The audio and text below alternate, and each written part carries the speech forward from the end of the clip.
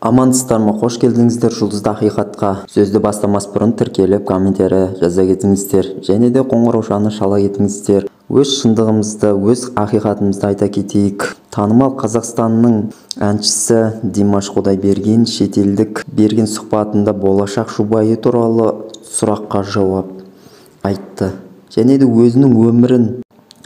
Әнші тілшінің "жүрегіңіз бос па?"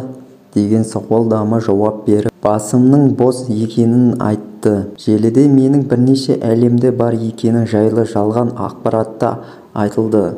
Бірақ мен басы бос бойдақ адаммын. Мен жеке өмірімнің жеке болып қалғанын қаламаймын. Сол себепті болашақта жарымды көрсеткім келмейді. Себебі мен өте қатты қызғанамын. Қызғанай да қараймын. Менің жұмысым, шығармашылығым, концерттерім бар. Кей нәрселерге жеке болып қарауға да шамам жоқ. Димаш Құдайберген. Естеріңізге сала кетейін. Осыға дейінгі Димаш Құдайбергенов әкесі Қанат Айтбаев баласының аты Жамалған алаяқ жайлы айтқаны есімде.